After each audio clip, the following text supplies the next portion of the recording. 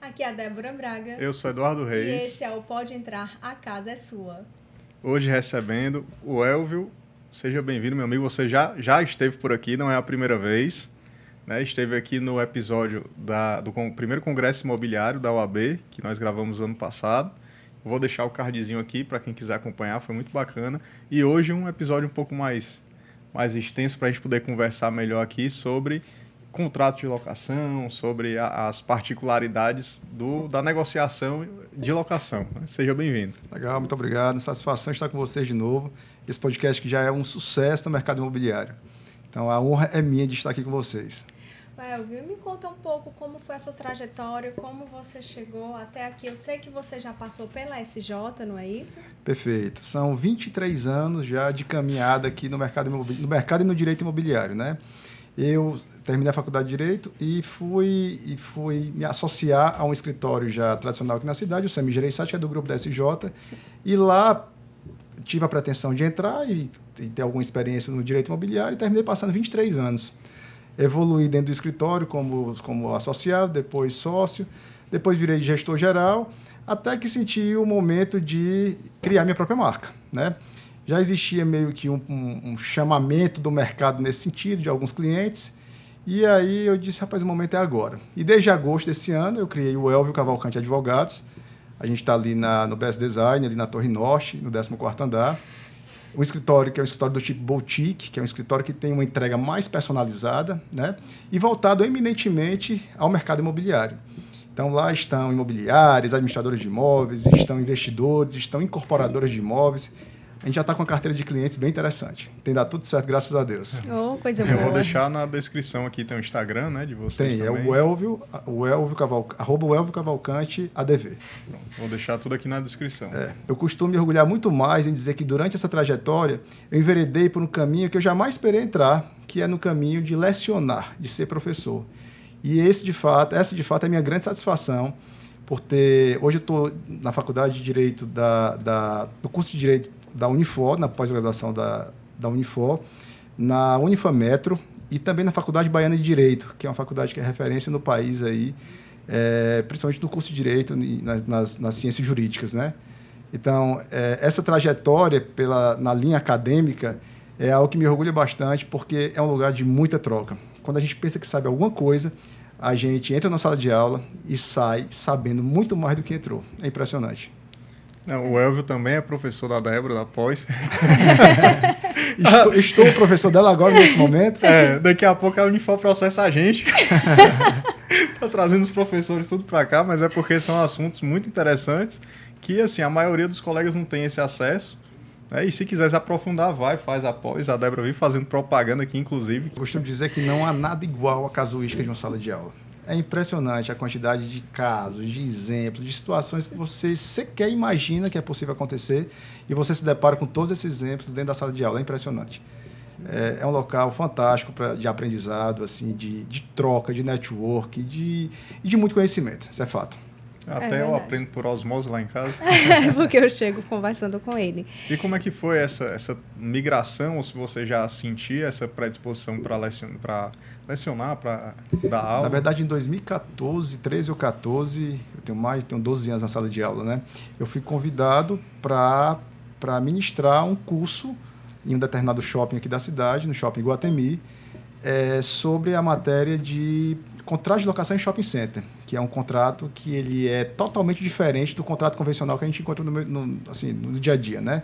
A locação convencional daquela loja da rua, do apartamento, é totalmente diferente porque é um contrato do tipo atípico e que tem cláusulas bastante diferenciadas. Levaria um episódio do podcast inteiro para a gente falar sobre contrato de shopping center. É um assunto bem interessante. Pode ser interessante. E aí, essa experiência nesse curso que eu ministrei para o Iguatemi me fez surgir essa paixão, sabe? Porque eu não sabia que eu tinha tanta facilidade de interlocução com os alunos, né? E logo em seguida fui convidado para uma turma no curso de pós-graduação na época era a FESAC, que era a Fundação da Escola Superior da Advocacia, hoje é a ESA, era uma parceria da FESAC com a Oboé.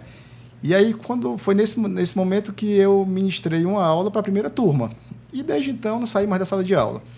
E eu acho que essa turma hoje essa pós-graduação ela foi absorvida pela Unifametro, né?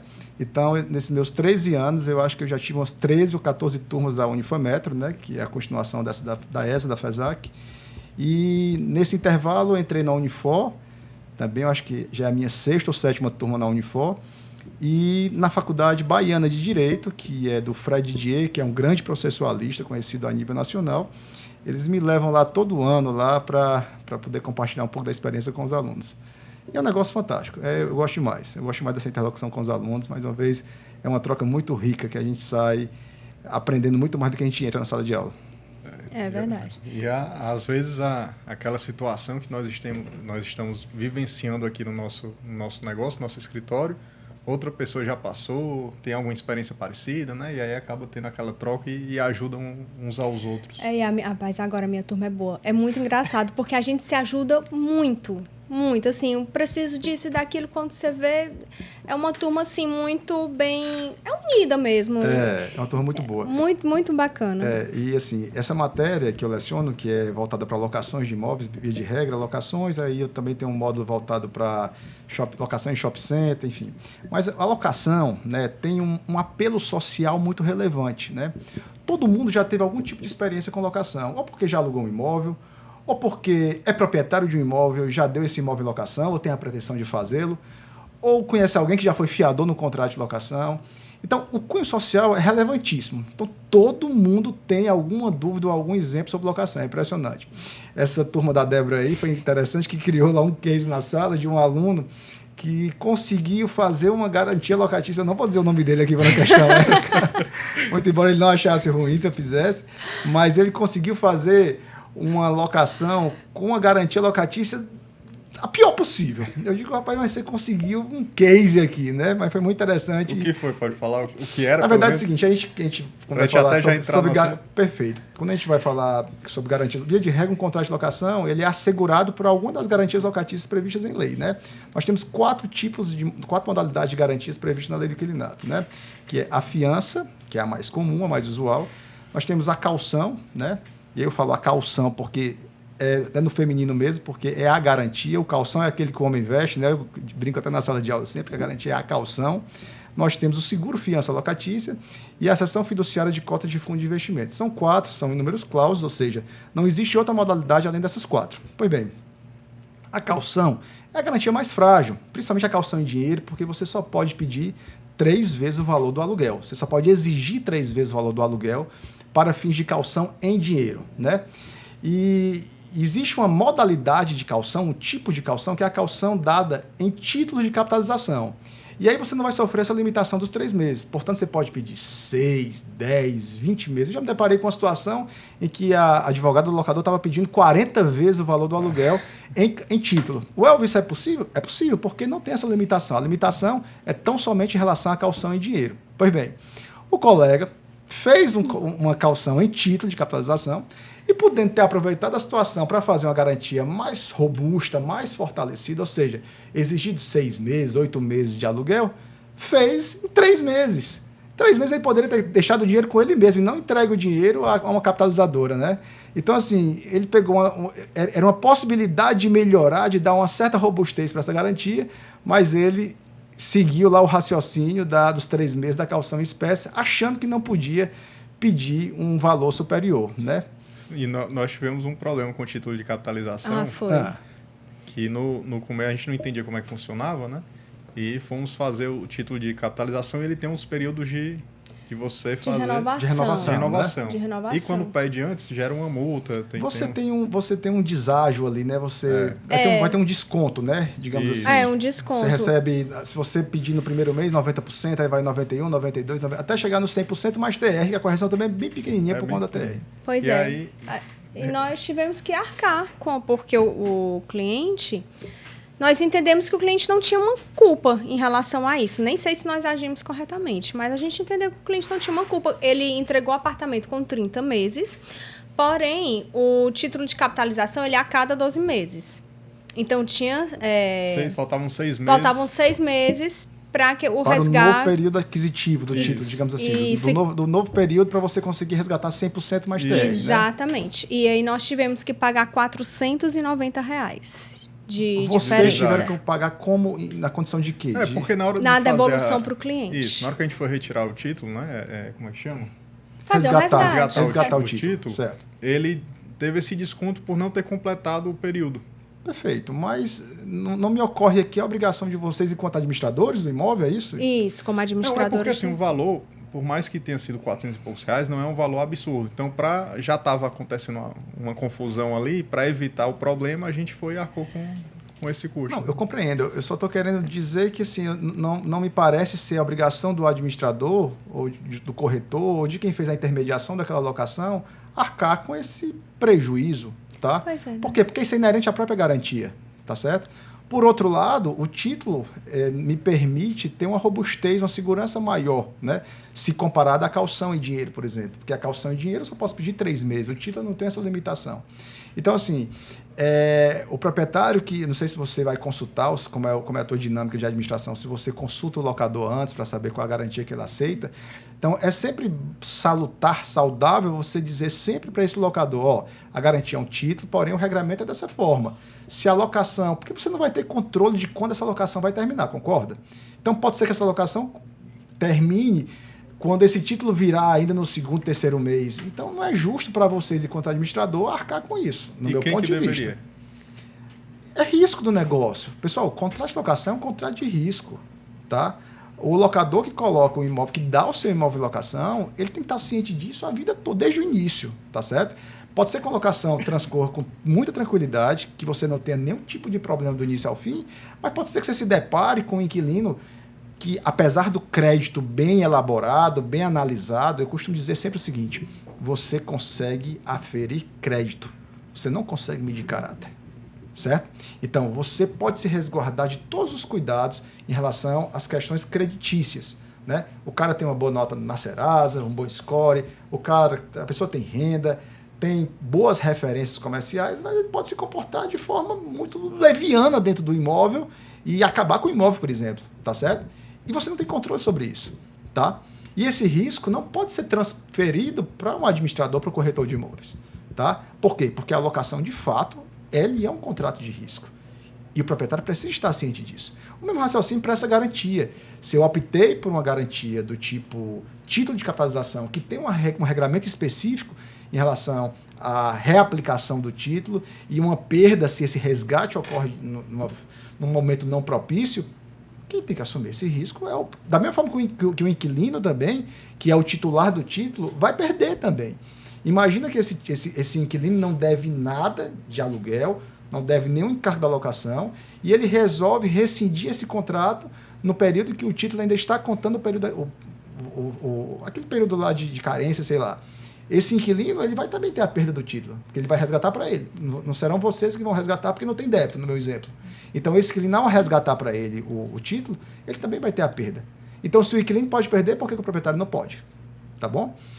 É toda a forma que se vende, tá? Porque, assim, se por um lado é uma garantia que me permite eu cobrar um valor maior do inquilino, eu não sofro a limitação dos 3 meses de aluguéis, por outro lado, é uma garantia que tem um certo risco, porque ele tem um procedimento lá específico, tá? Muito embora essa perda não seja tão substancial assim, né? Por isso que a gente pagou, porque estava criando uma confusão e aí, para evitar confusão, a gente foi lá e arcou com isso. Tá. Mas enfim, mas realmente... Fica um alerta para os próximos. Eu realmente pensei que fosse nossa responsabilidade. Não é. Longe disso. Perfeito. E no caso que a gente estava conversando aqui antes de começarmos a gravar, a questão de talvez seja melhor nem pedir garantia. Pois é, essa questão da garantia ela é muito interessante, tá? Porque assim, a lei exige que tenha garantia locatícia? Não exige. Por que se pede uma garantia locatícia num contrato de locação? Para eu ter uma segunda opção de quem cobrar. Na hipótese do devedor principal, que é o inquilino, faltar com algum pagamento ou faltar com o cumprimento de alguma obrigação do contrato. Então, em primeiro lugar, não é obrigatório ter garantia locatícia. Ela é recomendável? Ela é altamente recomendável, porque é melhor eu ter uma segunda opção de cobrança do que eu ter só uma. Concorda? Perfeito. Vamos analisar agora sobre o prisma da qual a melhor garantia, tá? O que eu devo colocar como garantia no contrato de locação? Existe uma melhor, existe uma pior? Aí depende do contexto, tá? O que eu posso assegurar a vocês, de forma sem dúvida nenhuma, é que a garantia mais utilizada no mercado é a fiança locatícia. Tá? Ainda é a fiança. Ainda é a fiança locatícia. Eu vejo que cada vez menos as pessoas se interessam em ser fiador de alguém. Cada vez mais difícil, por quê? Aí eu vou responder o porquê que as pessoas têm um receio de ser fiadores do contrato de locação. Tá? A fiança é uma garantia do tipo pessoal. Ela é uma garantia fidejussória. Ali não se trata de uma garantia real. Não é um determinado imóvel do proprietário que está sendo colocado em garantia naquele contrato. Mas o próprio proprietário pessoalmente, o próprio fiador pessoalmente está assegurando aquela obrigação. Está dizendo o seguinte, a fiança decorre da palavra confiança. Então, é a confiança que eu tenho em relação a alguém de tal forma que, se essa pessoa falta com o pagamento, eu vou lá e pago por ela. O raciocínio é mais ou menos esse, tá? Só que o fiador de um contrato de locação, ele responde com todo o seu patrimônio. Para você ter ideia, até o bem de família do fiador pode responder por eventual débito deixado pelo inquilino. Como é que funciona essa história do bem de família? Existe uma lei chamada Lei da Impenhorabilidade do Bem de Família. Via de regra, o bem de família não responde por dívidas de natureza civil, ok? Vamos lá. Nessa hipótese do contrato de locação, o inquilino, vamos supor que o inquilino só tenha um bem, que é o bem de família dele. E o fiador também só tem um bem, que é o bem de família dele. Pois, pasmem vocês, o bem de família do fiador vai responder pela dívida e o bem do inquilino, que gerou a dívida, não vai.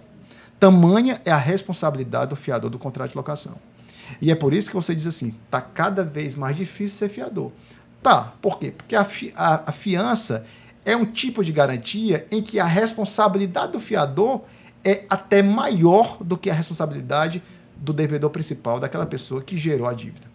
Mas por que o bem do fiador vem antes do bem do inquilino? Porque a lei assim definiu. Se ele tem, por exemplo, vem uma pessoa que tem um apartamento em São Paulo, vem morar aqui em Fortaleza, alugou. Perfeito. E aí ele pega e coloca um fiador. Perfeito. O bem desse fiador vem antes do bem dele lá de São Paulo? Nos contratos de locação, via de regra, existe um chamado renúncia ao benefício de ordem. O que é o benefício de ordem? O benefício de ordem é um instituto que existe dentro do Código Civil que diz o seguinte, primeiro eu tenho que cobrar do devedor principal, se ele não pagar, cobra-se da garantia, do garantidor no caso do fiador. Via de regra, nos contratos de locação, há uma renúncia a esse benefício de ordem. Isso significa que eu não preciso ir primeiro atrás do devedor principal, eu já posso ir direto no fiador. E por que eu vou, enquanto credor, enquanto locador, por que eu vou direto no fiador? Porque o fiador responde com todo o patrimônio dele, diferentemente do inquilino. Então é por isso que as pessoas já executam direto o fiador, tá? Porque é mais fácil expropriar o bem do fiador, porque o bem do fiador não sofre a proteção legal que o bem do inquilino tem. Olha que loucura. Isso eu não sabia, não. Pois é. Para mim, então, assim, o bem do inquilino viria antes. O bem do inquilino o bem de família do inquilino não responde pela dívida que ele gerou. Acredite vocês, tá? Então, assim, a fiança, voltando aos tipos de garantia, é a garantia mais utilizada no mercado, apesar dessa peculiaridade, né, de ser algo muito perigoso ser fiador, tá? Quando você tem que entender o seguinte, quando você resolve ser fiador de alguém, você cria para você um ônus. Que ônus é esse? É o ônus de diligenciar o seu afiançado. Você cria essa obrigação. Você tem que acompanhar a vida do seu afiançado. Você prestou ali uma obrigação dizendo o seguinte, se o meu afiançado não pagar, eu pago.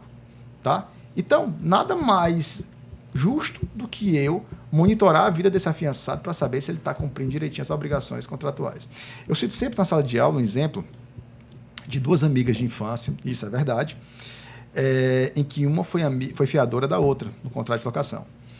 Essa amiga, que era a inquilina, terminou sendo despejada, tá? E a fiadora nada de resolver. Pois bem, no momento de se executar a dívida, a gente executou diretamente a fiadora, ok? Essa fiadora, ela tinha um único imóvel que era o bem de família dela, né, o apartamento que ela morava. E achava que ninguém ia conseguir mexer. Achava. Só que a gente penhorou o apartamento dela e já estava com a praça, o leilão marcado, né? Então já ia para expropriação o imóvel, quando ela resolveu pagar a dívida pela afiançada dela. Eu lembro que ela era servidora pública e ela tinha um dinheiro que ela guardou a vida inteira, era aposentada, e ela pegou todas as economias que ela guardava para uma viagem e pagou a conta da amiga, né, para evitar que o imóvel dela fosse para leilão. Já tô com raiva Tá. dessa amiga. Muita raiva. Então, assim, é uma responsabilidade muito grande, tá? Não estou dizendo que a pessoa não deva ser fiador. Tem que ser fiador. O mercado precisa girar, tá? É uma boa garantia locatícia, ela funciona bem, tá? Ela facilita o acesso do inquilino ao imóvel, tá? Mas o fiador, ele precisa monitorar o afiançado dele para saber como é que esse afiançado está se comportando. Esse afiançado está pagando direitinho o aluguel, até porque você tem que matar o problema na origem. No primeiro mês que esse afiançado atrasar, você já vai ali, né? Existem formas de você fica refém dessa fiança durante todo o contrato, pro resto da vida? Não, né? Você, na verdade, a princípio você é fiador durante o prazo determinado do contrato. O que é isso, prazo determinado? É aquele prazo que foi inicialmente ajustado para um contrato. Por exemplo, a locação residencial, em vez de regra, o contrato são 30 meses. Então, durante aqueles 30 meses, você permanece fiador. Porém, depois dos 30 meses, é uma liberalidade sua, fiador, permanecer ou não com esse encargo. Você pode se exonerar. Mesmo que esse contrato, que o inquilino ainda esteja dentro desse imóvel, só que esse contrato ele se transmuta de um contrato determinado para um contrato por prazo indeterminado. É o que as pessoas popularmente chamam de contrato vencido, né? Chamam muito de contrato vencido. O contrato vencido nada mais é um contrato que originariamente ele tinha um prazo determinado e depois ele se transformou no contrato por prazo indeterminado. E aí, nesse momento em que o contrato está por prazo indeterminado, o fiador pode sim se exonerar dessa obrigação, bastando que notifique o locador, dizendo que não tem mais interesse em continuar como fiador daquele contrato, e ele vai responder mais durante 120 dias e depois ele está livre da obrigação. Então, a lei não prende ele ad eterno, tá certo? Não é uma prisão perpétua, ele vai ter mecanismos para ele se exonerar, tá certo? E aí, voltando às espécies da garantia. Então, a fiança... Só para eu fazer uma pergunta ainda desse tema. Se no meio desse período, desses 30 meses... Durante o prazo determinado. Durante o prazo determinado, existe alguma forma do fiador sair? Existe, certo? Não porque o inquilino atrasou. Como a fiança é prestada com base na confiança, a lei possibilita ao fiador 2 mecanismos de saída. Se, porventura, esse inquilino falecer, certo? Porque a lei do inquilinato já traz uma dinâmica própria para a continuação da locação em caso de falecimento do inquilino. Se o inquilino falece, morre durante a locação, permanece como inquilinos os herdeiros que estão lá no imóvel, né? Naquela linha de sucessão, o cônjuge, os filhos, né? Quem estiver morando no imóvel permanece como inquilino dentro do contrato de locação. Então, se esse inquilino falece, se ele morre, cabe a esse fiador poderá se exonerar, independente de estar no prazo determinado ou no prazo indeterminado. E a outra situação trazida pela lei, essa posta nos artigos 11 e 12 da lei do inquilinato, é o fato de um inquilino se divorciar ou separar-se de fato do cônjuge dele. Imagine que você é amigo de alguém e você prestou fiança para o seu amigo, que é o inquilino do contrato de locação. E esse teu amigo vem a se separar ou a se divorciar, tá? Então, nessa hipótese, se esse seu amigo se divorcia ou se separou e ele sai do imóvel, o fiador também poderá se exonerar nessa situação, independentemente do contrato estar dentro do prazo ou fora do prazo. E se ele não sair do imóvel? Se ele não sair do imóvel, ele continua fiador. Continua fiador, né? Porque ele está morando dentro do imóvel, né? E se o fiador se divorciar? Não, mas aí o fiador se divorciar não tem nenhum tipo de problema, não. Continua fiador. Mas o casal continua responsável? O casal continua responsável até a finalização daquele contrato de locação, daquele período em que ele permanecer como fiador. E aí vão responder independente, cada um, porque se divorciaram? Como assim? Eu digo o fiador. O fiador tem um bem, né? Ele botou em fiança. No bem, e aí não, ele separou. mas aí é que está o detalhe. O fiador não deixa nenhum bem garantido na fiança dele. Tá? Vamos separar aqui as coisas. A fiança ela é uma garantia na modalidade de natureza pessoal. Significa que ele responde pessoalmente e não um bem específico dele. É diferente de eu, por exemplo, não ser fiador. Citei até esse exemplo na sala de aula na semana passada. Vamos supor que eu sou proprietário de diversos imóveis. Eu tenho meu apartamento, eu tenho salas comerciais, eu tenho lojas, eu tenho terrenos, enfim. E algum parente me convida para ser fiador, tá? O Elvio, você seria fiador? A depender do parente, sim. A depender do parente, não, né? Mas vamos supor que eu não quisesse correr nenhum tipo de risco, ou diminuir, mitigar o meu risco. O que eu poderia fazer?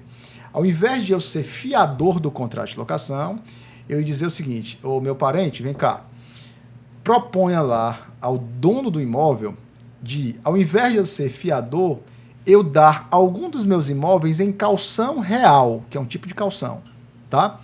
Eu tenho uma sala ali no Best Design, eu vou dar essa sala em garantia no contrato de locação. E aí, o único bem do meu patrimônio que correria algum tipo de risco seria essa sala. Olha a diferença. Quando eu sou fiador, sou eu, enquanto pessoa, que estou afiançando com todo o meu patrimônio. Quando eu destaco um bem do meu patrimônio e oferto em garantia real, em calção de bem imóvel, apenas aquele bem eventualmente responderá por alguma dívida daquele contrato de locação. Eu atropelei um pouquinho na minha pergunta, mas foi muito bom porque trouxe um novo tema. O que eu quis dizer foi mais ou menos assim. Nós somos fiadores, perfeito, certo? Nos divorciamos no processo dentro ainda do contrato. Vocês eram casados em regime de comunhão parcial de bens, por exemplo, isso. O que exigia a outorga, a autorização do cônjuge, né? Isso. Você assinou o contrato, Débora também assinou lá como fiadora, e no decorrer do caminho vocês se divorciaram. Isso. Vocês continuam fiadores até terminar aquela relação jurídica. Entendi. E os bens que foram adquiridos em conjunto, né? Se acontecer alguma coisa... Se acontecer uma execução, por exemplo, os bens que estavam lá, que na época, se porventura se vocês não tivessem de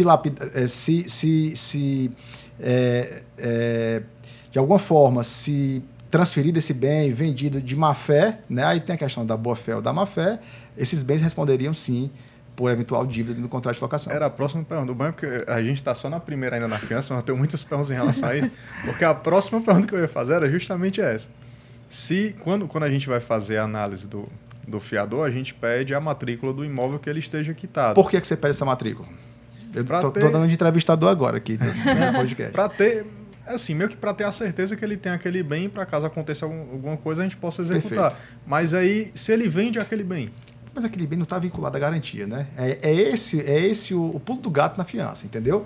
Porque, olha só, é isso que as pessoas confundem. As pessoas acham que eu peço uma comprovação de um bem na hora de analisar o cadastro de um fiador, achando que aquele bem vai ficar preso ao contrato de locação, quando não vai.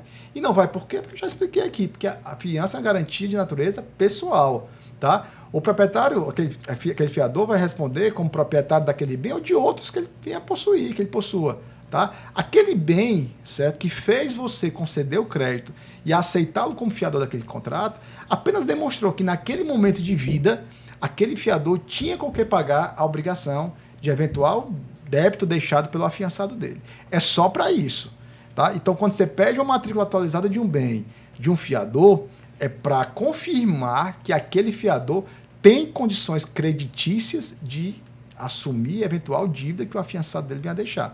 E só. Aquele imóvel não vai ficar preso ao contrato. Tá? O Elvis, você está querendo me dizer que esse fiador pode, de alguma forma, vender esse bem durante o contrato de locação? Perfeitamente. Aquele bem não está vinculado. Tá? Agora, existe uma forma de você ficar monitorando isso, né? É mais complicado esse monitoramento, mas a própria lei, nas hipóteses onde eu posso exigir um novo fiador, é justamente numa hipótese em que eu, como locador, descubro que aquele fiador tornou-se insolvente. Ou seja, que ele não possui mais patrimônio, que ele dilapidou o patrimônio dele, que ele está devendo no mercado, que, enfim. Se porventura eu descubro isso, me deparo com essa situação, eu, enquanto locador, posso pedir a substituição daquele fiador. Tá? Mas, mais uma vez, o bem que ele apresentou lá no cadastro, aquele bem não fica vinculado à locação, sob hipótese alguma. A não ser que ele seja dado em garantia. A não ser que aquele bem, ao invés de uma fiança, você tenha escolhido uma calção em bem imóvel. Aí é um outro tipo de garantia, que é uma garantia do tipo real, que é o próprio bem que está vinculado ao contrato de locação. Aí sim, aquele bem vai ser constituído sob a forma de uma escritura pública, tá? Até para ter uma oponibilidade erga omnes, o que é isso? Qualquer pessoa que for a matrícula daquele imóvel vai tomar conhecimento que aquele imóvel é dado em garantia, né, como uma calção real dentro de um contrato de locação. Aquele bem sim está vinculado, e se o inquilino, porventura, venha dever, ficar inadimplente, deixar débito, você vai executar, na forma da hipoteca, você vai executar aquele bem para pagar aquela dívida. Eu tenho uma pergunta. Por exemplo, o patrimônio do fiador, ele necessariamente precisa ser com um imóvel ou pode ser um carro quitado, ações? Perfeito, essa pergunta é ótima. Pode sim. Né? Pode ser... Ele tem que confirmar condições de pagar, de assumir aquela obrigação. Vocês têm que pensar sempre o seguinte, se esse inquilino não pagar, esse fiador vai pagar com o quê? Vai pagar só com um sorriso? Não vai. Ele tem que ter bens. Né? Ele tem que ter bens passíveis de penhora, de expropriação. Tá? Então, se for um imóvel, ótimo. Se for um automóvel, ok. Só que o automóvel é um tipo de bem que ele circula mais rápido. Né? Então, geralmente, o automóvel sai da esfera patrimonial do fiador mais rápido, de forma mais rápida. O imóvel fica ali mais tempo, via de regra, né? Mas sim, ações, você pode pedir investimento, pode pedir o comprovante da declaração do imposto de renda dele para saber o que é que ele tem de patrimônio, né? Perfeito. As pessoas pedem um imóvel para ter essa tranquilidade, que acha que um imóvel vai lhe dar ali um certo conforto de que aquela pessoa... Uma certa segurança. Eu vou tentar ir mais a fundo. Fique à vontade. E se a pessoa tiver holding familiar ou tiver bens em outros países? Aí vai depender de como está estruturada essa holding, né? Geralmente, a holding já é feita para fazer uma espécie de blindagem patrimonial. Você tem que ver o que é que consta em nome da pessoa enquanto pessoa física, né? Eu não posso confundir o meu CPF com o meu CNPJ. Tá? Claro que tem aí as formas de desconsiderar eventualmente a PJ para chegar até a pessoa física, mas o mais seguro é você pedir um bem que esteja em nome do CPF. Tá certo? Em nome da pessoa física. Não, e tudo isso a gente ainda está em tipos de garantias locativas. De garantias locativas. Primeiro, um tema isoladinho assim, solto. E tudo isso também para a gente entender porque que às vezes é melhor ter um contrato sem a garantia locatícia, não é? Vamos já chegar lá. Mas olha só, diga lá. Deixa o like, eu esqueci no começo. Deixa o like, se inscreve no canal. Eu sei que o episódio está sendo muito bom, que a gente aqui ainda nem avançou direito, mas deixa o like, se inscreve no canal, comenta aqui o que é que você está achando e compartilha para quem você achar que seja válido o que nós estamos conversando aqui. Legal. Então, e aí a gente vai para o segundo tipo de garantia locatícia, que é a caução. Né? A caução, o pessoal vincula sempre a caução em dinheiro, mas existem outras formas de caução. Né? Existe a caução em dinheiro, que é a mais comum, e aquela onde eu só posso exigir 3 vezes o valor do aluguel. Então, é uma caução, é uma garantia que ela é muito frágil. Muitas vezes, esses 3 meses não vai dar para cobrir nenhum boleto, porque se naquele boleto eu tiver, além do aluguel, outros encargos da locação, tais como condomínio, IPTU, seguro contra incêndio e outros que, porventura, ocorram, aquela caução já se compromete no primeiro mês. Se aquele inquilino fica inadimplente, aí tem uma outra temática aqui que eu já vou entrar um pouquinho, incide, via de regra, sobre aquele boleto os ônus decorrentes da impontualidade. E na locação tem uma peculiaridade. A multa não é 2%, porque eu não estou falando de relação de consumo. A multa é de 10%.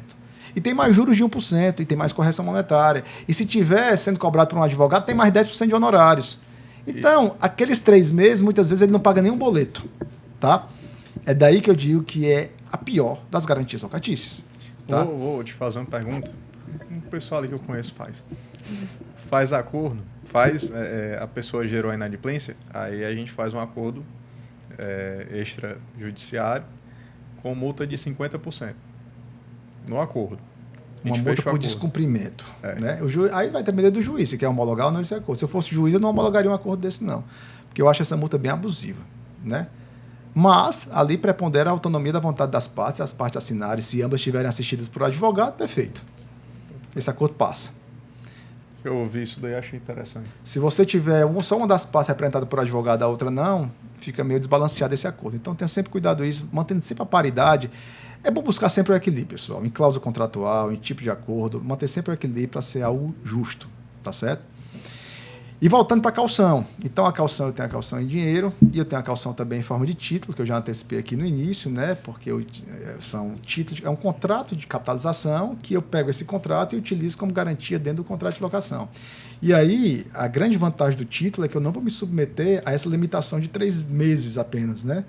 Eu me deparei com uma situação há poucos meses de um cliente, estava alugando um imóvel lá em São Paulo, ali no bairro do Itaim, né? E eu já entrei na transação, a transação em andamento, a advogada do locador estava exigindo 40 vezes o valor do aluguel. Um contrato de 100 anos? De título de capitalização. Um contrato de 100 anos? Não, era um contrato de 4 anos apenas. A alocação lá, valor alto, era R$40 mil mês. E essa advogada estava exigindo do inquilino, que se tornou meu cliente, R$1.600.000 para ser depositado dentro de um título de capitalização. Cara, eu achei aquilo assim surreal, né? Ela não estava aceitando fiança, porque esses meus clientes são cearenses, estão abrindo um negócio em São Paulo, ela não queria fiança e só queria um título. Enfim, depois de muitas idas e vindas, de uma queda, de uma briga de braço maior do mundo, a gente conseguiu reduzir para 10 vezes o valor do aluguel. A gente baixou de 1.600.000 para R$400.000. Mas ainda foi uma pancada que ficou depositada dentro da capitalizadora. Tá? Quem gostou aí foi a capitalizadora que ficou com esse dinheirinho lá para gerar negócio. E quem recebe a comissão também, viu? E quem recebe a comissão, certamente, né? Um valor atrativo, né? Pois bem, então, a caução em forma de título não sofre essa limitação. Você pode exigir... Aí vai depender de quê? Vai depender do cadastro desse inquilino. O quão bom ou quão ruim é o cadastro desse inquilino, né? Quanto pior for aquele cadastro, você vai pedir uma garantia mais robusta, né? Para lhe dar um pouco mais de segurança, né? Nós temos o seguro-fiança. O seguro-fiança é uma terceira espécie de garantia locatícia prevista na lei do inquilinato. O seguro-fiança é a mesma ideia de um seguro de carro, por exemplo, né? Eu tenho um prêmio que eu vou pagar naquela apólice. Aquela apólice vai dizer quais são as coberturas, quem é o segurado ali, no caso, o inquilino, quem é o beneficiário, no caso, o locador, em caso de sinistro. Qual é o sinistro? A falta de pagamento. Então, aconteceu o sinistro, ou seja, o inquilino ficou atrasado, eu vou lá e aciono a seguradora para a seguradora passar a pagar aqueles aluguéis, tá? Para mim, é um tipo de garantia sensacional, certo? É muito boa. Qual é o contra dessa garantia? É, às vezes, o prêmio, que é o valor que o inquilino paga para ter essa seguradora como sua garantidora, às vezes é muito alto, corresponde a 10%, 12%, 15% do valor do aluguel, e isso pode onerar muito o inquilino e não valer muito a pena, tá? E tem um quarto tipo, que é a seção fiduciária de cota de fundo de investimento, que eu nunca vi nenhum contrato na minha vida com esse tipo de garantia locatícia. Eu também não sabia, não. Pois é, ele foi colocado lá por alguma razão, por interesse de alguém, mas não tem aplicabilidade no mercado. O que é quase isso? Nenhuma. Eu acho que não vale nem a pena a gente perder aqui no podcast tempo com isso, não. Mas é uma seção fiduciária de cotas de fundo de investimento. Você cede fiduciariamente cotas de fundo de investimento e coloca como garantia dentro do contrato de locação. Como se fosse um imóvel lá. Pessoal, é tão pouco utilizado isso. Eu nunca vi nenhum... Em 23 anos de carreira, de profissão, eu nunca vi um contrato de locação assegurado por esse tipo de garantia. Mas o que é importante dizer aqui é o seguinte. Independente do tipo de garantia, pessoal, faça sempre uma garantia que seja robusta, que lhe dê proteção jurídica, certo? Porque se é para você ter uma garantia ruim, frágil, certo? Que, como essa caução em espécie de 3 meses apenas, muitas vezes é melhor você ter um contrato sem garantia locatícia. Nossa, Elvis, você está me dizendo isso? E eu vou dizer por quê, tá? O que é possível? Em primeiro lugar, primeira pergunta, é possível fazer um contrato sem garantia locatícia? Porque não tem nenhuma obrigação, uma exigência da lei que tenha garantia. A garantia está ali à disposição do locador, e se eu tiver uma boa garantia, perfeito. Aí, se eu fizer um contrato sem garantia locatícia, qual é o benefício que eu tenho nessa história? Em primeiro lugar, você vai poder cobrar o aluguel de forma antecipada.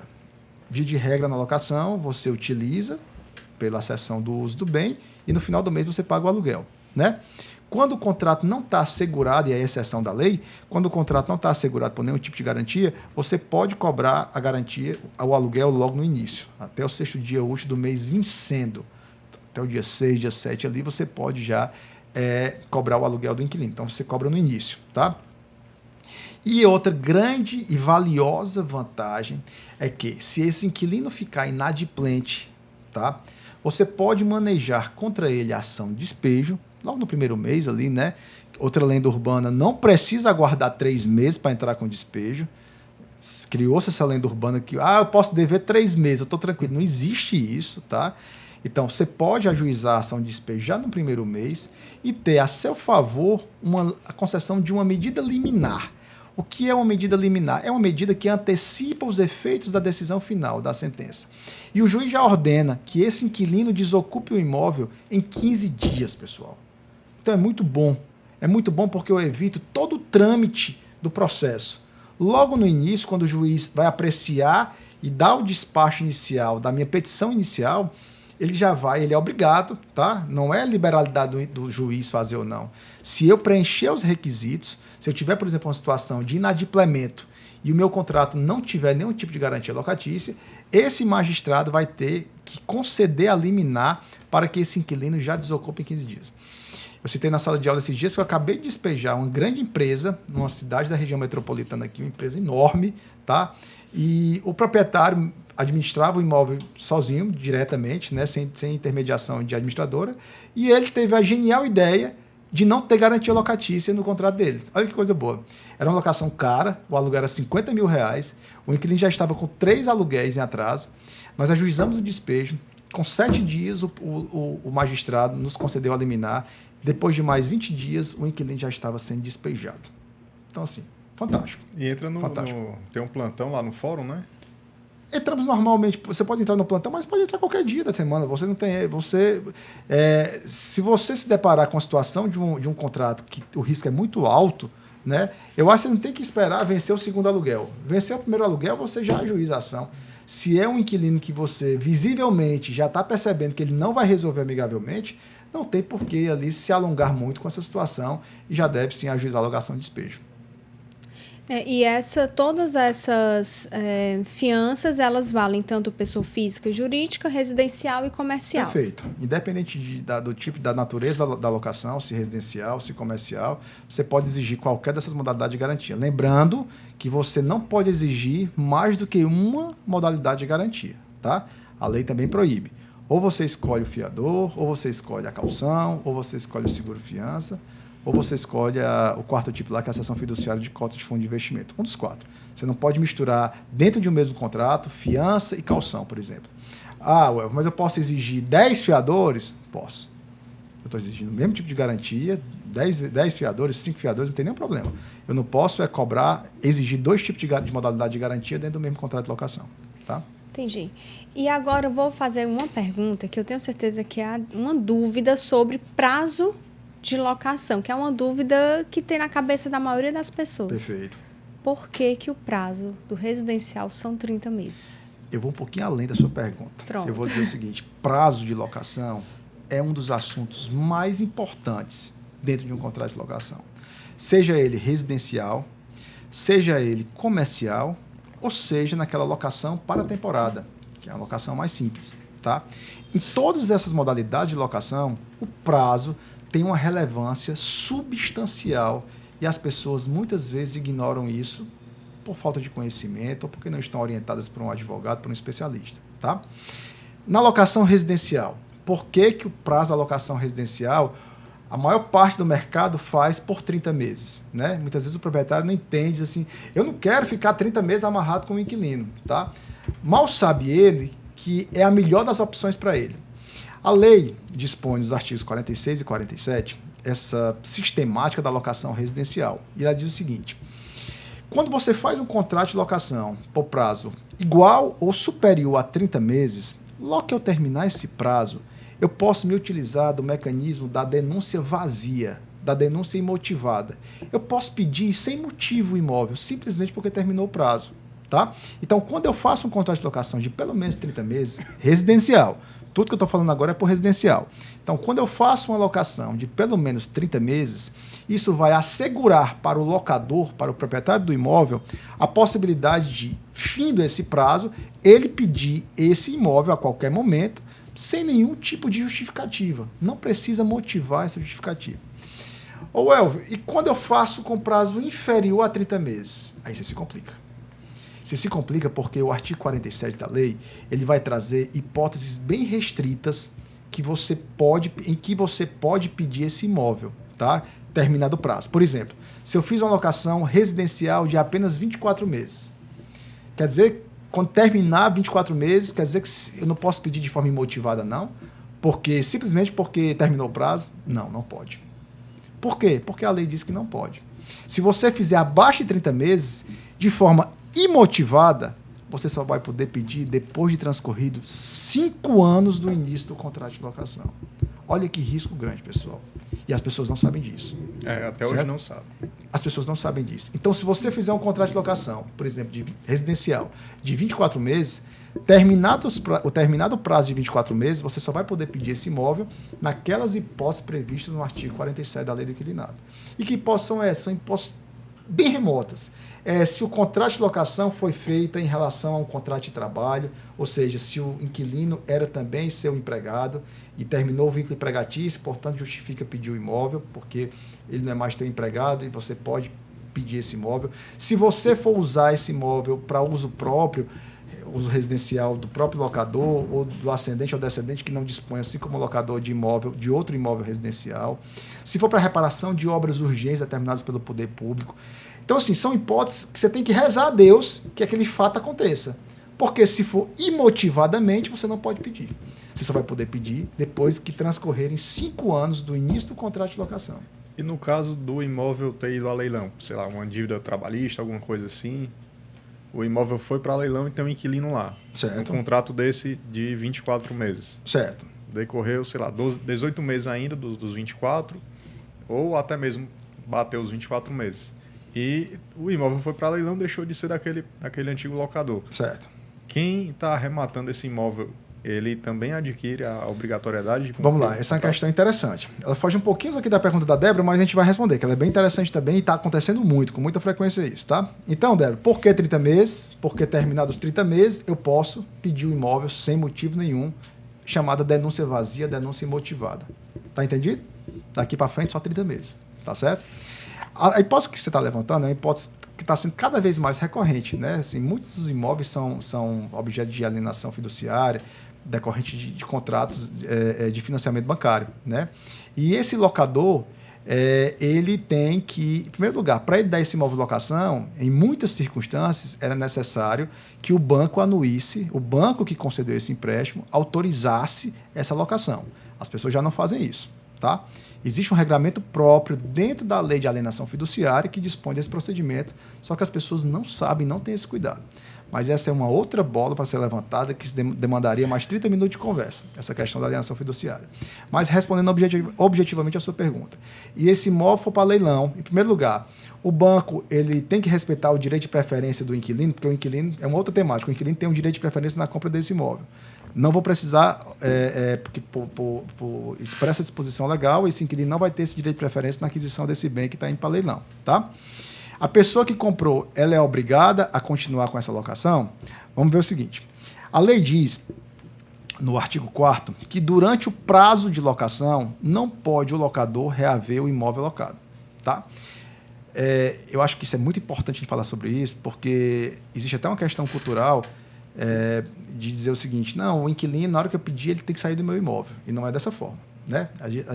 A gente escuta isso muitas vezes assim, de proprietários de imóveis, achando que por ele ser o proprietário, ele pode dispor livremente, enfim, no sentido de pedir o imóvel, tirar o inquilino, e não é dessa forma. A premissa básica da lei é que durante o prazo em que eu ajustei para aquela locação, o inquilino está amplamente protegido e não tem quem mexa com ele. Se ele tiver cumprindo as obrigações contratuais dele, pagando o aluguel dele de mais ricardo da locação, não tem quem mexa com esse inquilino, tá certo? Então, assim, a premissa inicial é essa, ninguém mexe. Porém, quando acontece uma situação dessa, em que o imóvel foi objeto de arrematação, decorrente de um leilão, essa pessoa que arrematou esse bem, ela não participou da avença inicial, ela não é o locador originário. Essa proteção que a lei dispensa ao inquilino, né, de ele ser amplamente protegido durante o prazo contratual, essa proteção diz respeito ao locador originário, tá? Essa outra pessoa que porventura arrematou o bem, ela não fica obrigada a respeitar esse contrato de locação. Então, ela pode sim pedir esse imóvel do inquilino, tá certo? Independente do prazo do contrato. Independente do prazo do contrato, ela pode sim. É a mesma dinâmica que acontece no direito de preferência, tá? O direito de preferência ele é assegurado ao inquilino dentro do contrato de locação. Ou seja, se o proprietário resolver vender o bem, o imóvel, durante o curso de uma locação, ele pode, ok? Porque ele é o proprietário e o direito de propriedade do proprietário se sobrepõe ao direito de posse do inquilino, tá? Então, se o proprietário quiser vender esse bem, ele pode, porém, ele tem que assegurar ao inquilino o direito de preferência na aquisição desse bem. Como é que ele faz isso? Ele notifica aquele inquilino dizendo, eu pretendo vender o imóvel, o valor que eu quero é X, a forma de pagamento é Y, onde é que está a documentação, se tem algum ônus que incide ou não sobre esse imóvel, certo? Se o inquilino deseja, se ele deseja comprar ou se ele simplesmente silencia ou diz que não quer, se ele recusa na aquisição do bem, o proprietário fica livre para vender para outra pessoa. Essa outra pessoa que vem e se torna proprietário do imóvel, ela decide, ela escolhe se quer permanecer com aquela locação ou não. A sistemática é a mesma, o inquilino também não fica protegido nessa situação. Mesmo com o prazo ainda acontecendo. Mesmo com o contrato ainda dentro do prazo determinado. E tem aquela história de fazer a averbação da locação na matrícula? Tem aquela história da cláusula de vigência. A cláusula de vigência, que também as pessoas têm pouco conhecimento sobre isso, é uma cláusula que vai dar uma segurança jurídica para o inquilino nessa situação de venda. Tá? O que é que diz a cláusula de vigência? Diz justamente isso, que se esse imóvel for vendido no curso da locação, o terceiro adquirente fica obrigado a respeitar o prazo contratual originariamente estabelecido até o final. Mesmo sendo por leilão. Não, é outra situação. Estou falando do direito de preferência. A cláusula de vigência ela é aplicada tão somente no direito de preferência decorrente da compra. Mas se for a questão do leilão, não. O leilão é o perdimento da propriedade do proprietário originário. Entendi. Essa cláusula não é válida? A cláusula de vigência ela é exclusivamente aplicável para as hipóteses de venda decorrente da alienação normal de venda, de compra e venda do imóvel. Porque, como ele falou, amor, quando vai para leilão, ele perde a propriedade. Então fica inválida a cláusula. Não é que a cláusula de vigência não é destinada a essa situação. Ela é destinada a assegurar o inquilino numa eventual alienação do imóvel decorrente de uma alienação convencional, né, da locação. E o inquilino tem, na verdade, ele não tem só os 30 meses para sair, né? O inquilino, em que situação? Na situação de venda do apartamento. Na situação que o imóvel é vendido no curso da locação, esse adquirente, depois que ele registrar o imóvel, o terceiro adquirente, depois que ele registrar o imóvel em nome dele, ele tem 90 dias após o registro para ele decidir se ele quer permanecer com aquela locação ou não. Se ele nada disser no prazo de 90 dias, aí sim ele se obriga a respeitar até o final.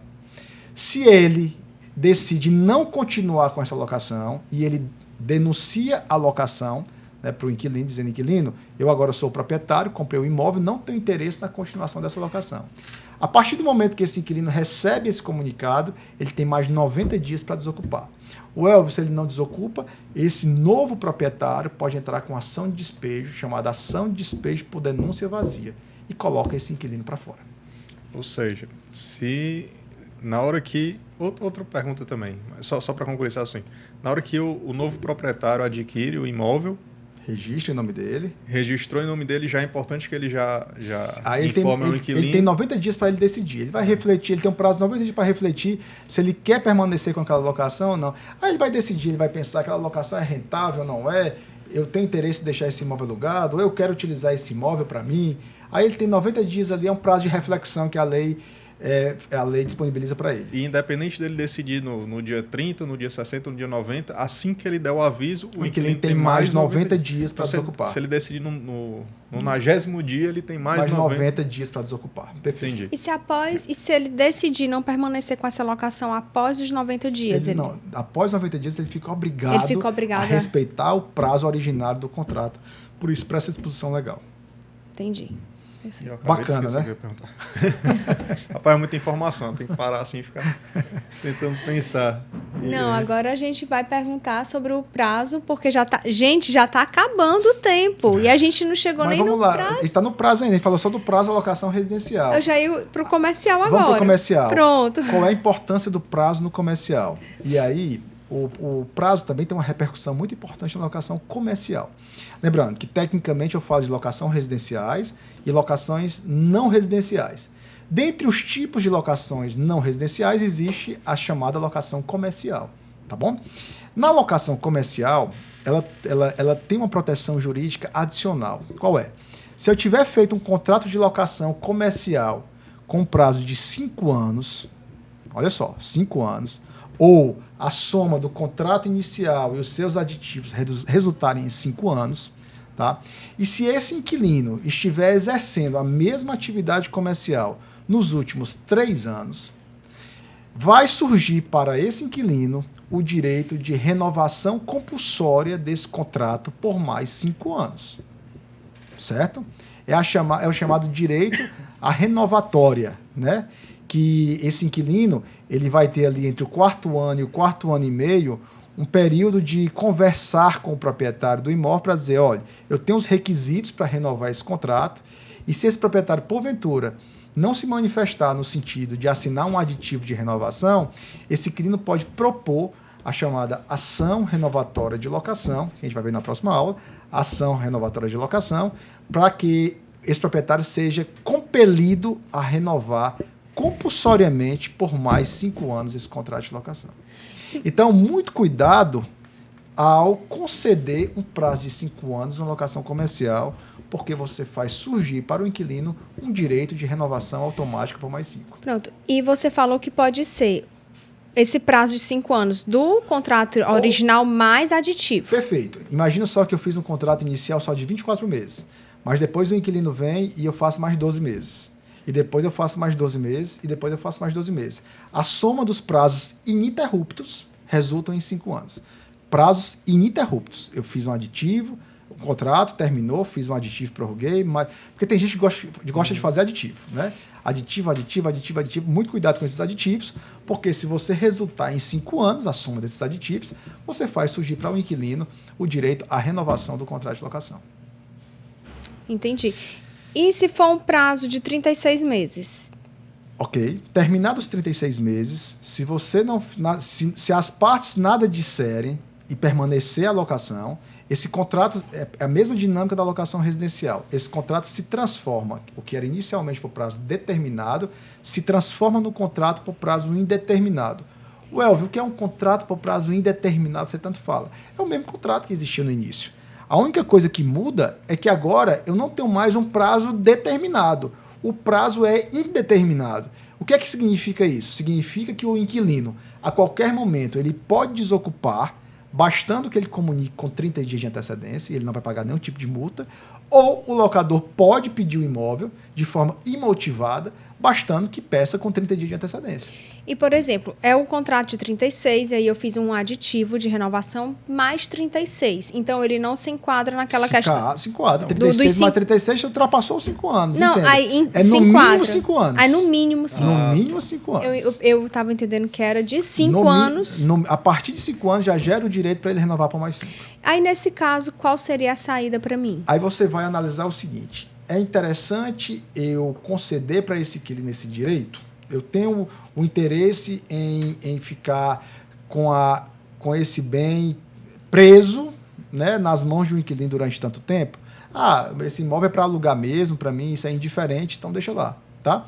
Não, estrategicamente esse imóvel é um imóvel que eu sei que ele vai valorizar bastante e que se eu deixar preso com um inquilino só pode ser que eu tenha dificuldade na retomada, então eu vou fazer um aditivo somente de valor de aluguel, se eu quiser fazer, né, por exemplo, mas eu não vou mexer em prazo, eu vou deixar sempre o contrato por prazo indeterminado. Entendi. Então a solução é deixar o contrato por prazo indeterminado. Entendi. Contrato por prazo indeterminado é um contrato plenamente válido, pessoal, tá? A única diferença agora é que ele está indeterminado, ele não tem mais um prazo determinado como tinha na sua origem. Pode solicitar, tá? Com 30 dias de antecedência. Pode solicitar com 30 dias de antecedência, tá?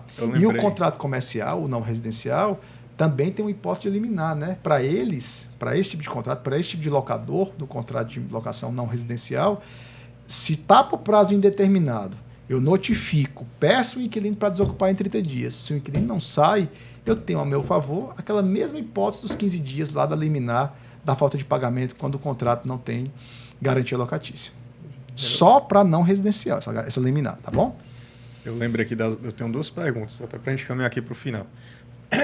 A primeira é uma dúvida realmente que eu tenho, porque eu nunca passei por essa situação.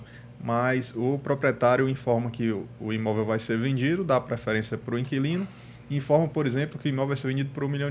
Perfeito. O inquilino diz que não aceita, nem dá proposta. Aí o inquilino não tem que aceitar, tá? Imagina só, essa proposta que o proprietário apresenta para o inquilino não é uma proposta para ser objeto de debate do inquilino. O inquilino ou ele diz que quer comprar ou não quer. Tá? Não tem que se tornar um leilão e que ele, não, eu só pago, é R$1 milhão, eu só pago 900. Não.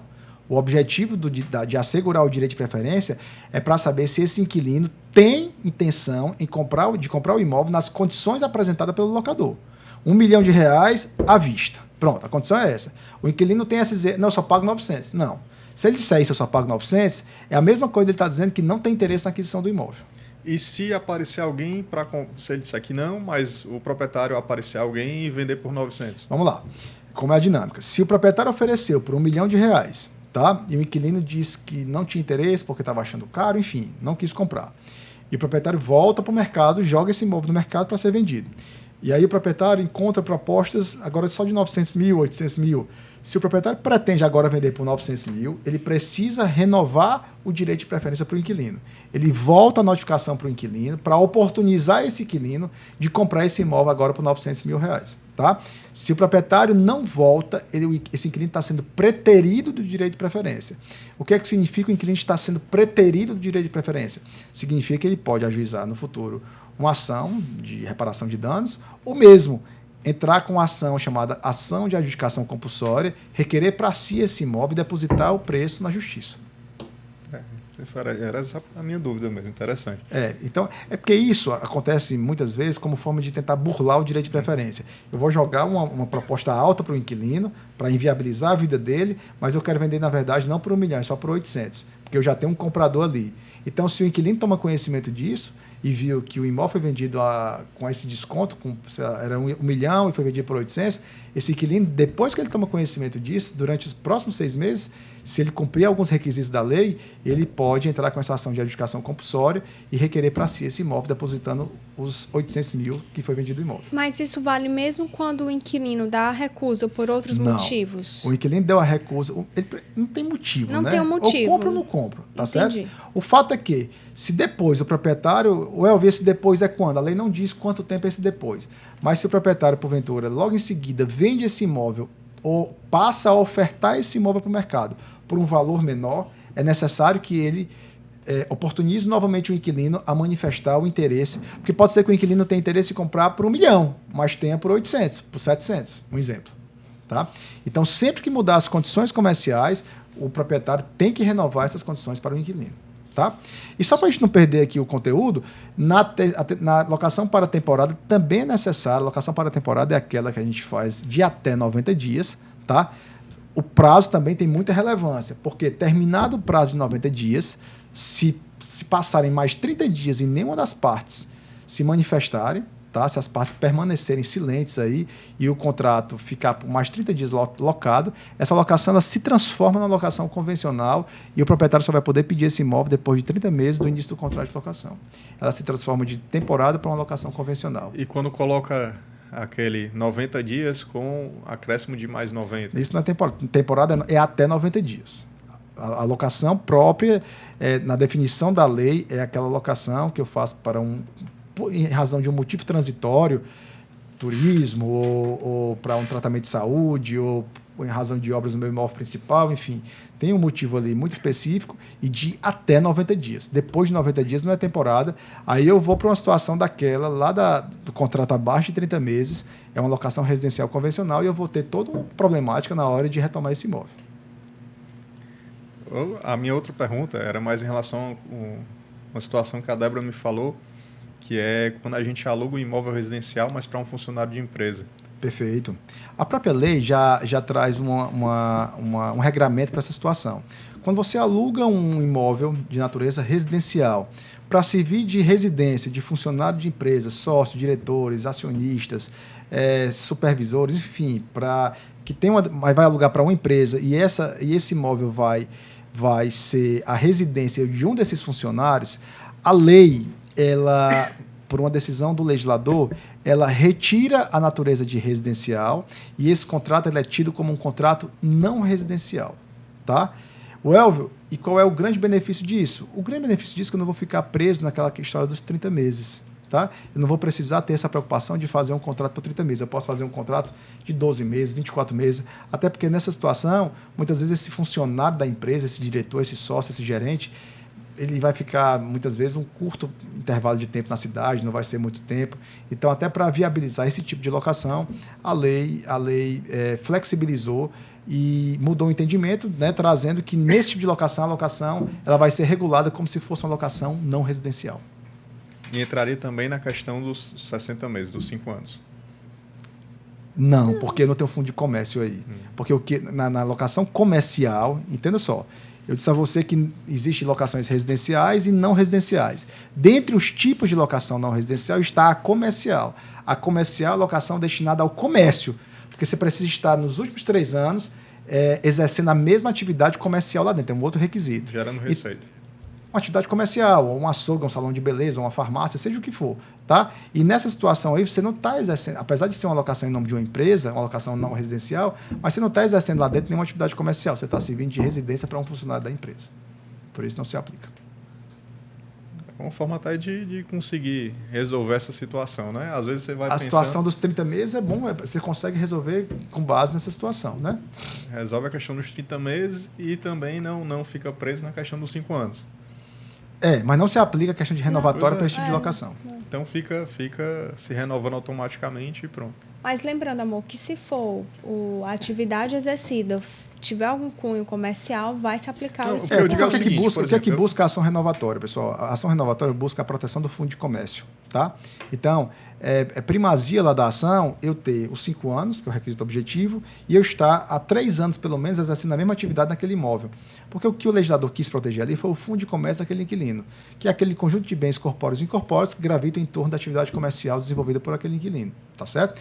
Então, o que se pretende com isso é que esse inquilino que desenvolveu naquele imóvel, naquela região, um fundo de comércio, não seja objeto de despejo, né? Tão fácil. Sim. Eu digo o seguinte, eu sou empresário. Talvez seja mais interessante eu alugar um imóvel para mim, sendo a minha empresa como se eu fosse para trabalhar, né, para o residencial, para em nome da empresa, do que eu alugar como pessoa física. Tá, mas olha só, essa locação, ela de fato, ela tem que servir a uma residência de um funcionário da empresa. Não, eu mesmo, como empresário. Como sócio da empresa. Como sócio da empresa. Ok, sem problema, essa locação fica não residencial. E aí você não vai ter... você pode fazer uma locação mais curta, você não vai ter essa dor de cabeça do prazo de 30 meses que a locação residencial impõe. Perfeito. E o Matheus já está aqui sinalizando para a gente. Já, ninguém falou nada ainda. Já deu 1h07. Já ultrapassou 1h. Eu acho que o Matheus ele fez o relógio rodar mais rápido. Né? Passou muito rápido esse negócio. E nós só falamos de tipos de garantia de prazo de contrato. Só. Exclusivamente. De um universo enorme de coisas, de peculiaridades. É por isso que na pós-graduação da Unifor nós temos 9 encontros para tratar sobre locação. No primeiro dia de aula, os alunos disseram assim, 9 encontros, professor. Eu digo, não vai ser suficiente. E no último dia, pensa, né? Não, e fora isso, não sou só eu falando na sala. Na sala é toda uma interação com os alunos, né, dos exemplos mais diversos possíveis, né? Então, de fato, é um assunto muito pujante, é um assunto que gera muita dúvida. Mais uma vez, tem um cunho social muito relevante e é por isso que é tão bom falar sobre locação. Eu, pelo menos, adoro.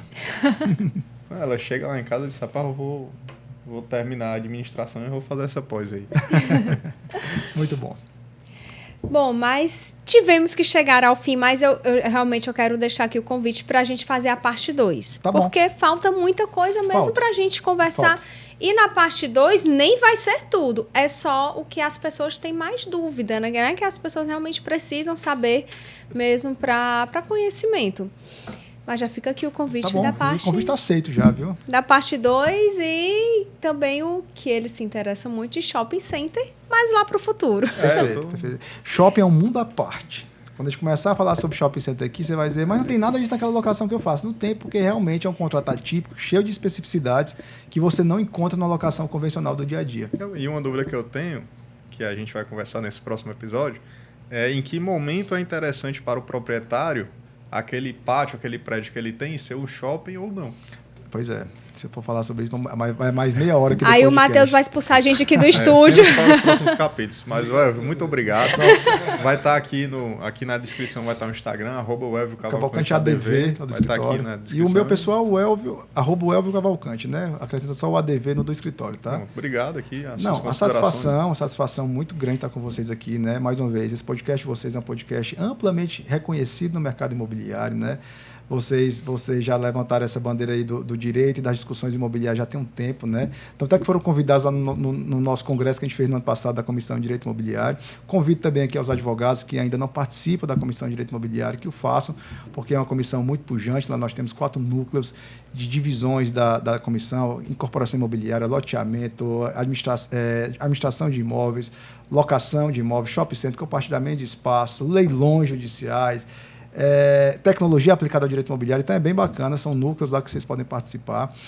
Então, estou à disposição de vocês, tá certo? Quero voltar, que eu acho que tem muita coisa. Vou dar uma sugestão aqui. Abram as caixinhas lá, pede para o pessoal colocar as dúvidas que eles têm, né, as dúvidas mais recorrentes, mais pujantes, e aí a gente já direciona no próximo encontro, direciona aí o conteúdo. Do pessoal, porque se a gente fizesse isso nesse primeiro encontro, a gente não ia conseguir nem tirar as dúvidas que a gente mesmo já tem. Perfeito. Mas obrigado mais uma vez, pessoal. A gente que agradece a presença aqui, ó, Elvio. E, gente, esse foi mais um Pode Entrar. Volte sempre, que a casa é sua.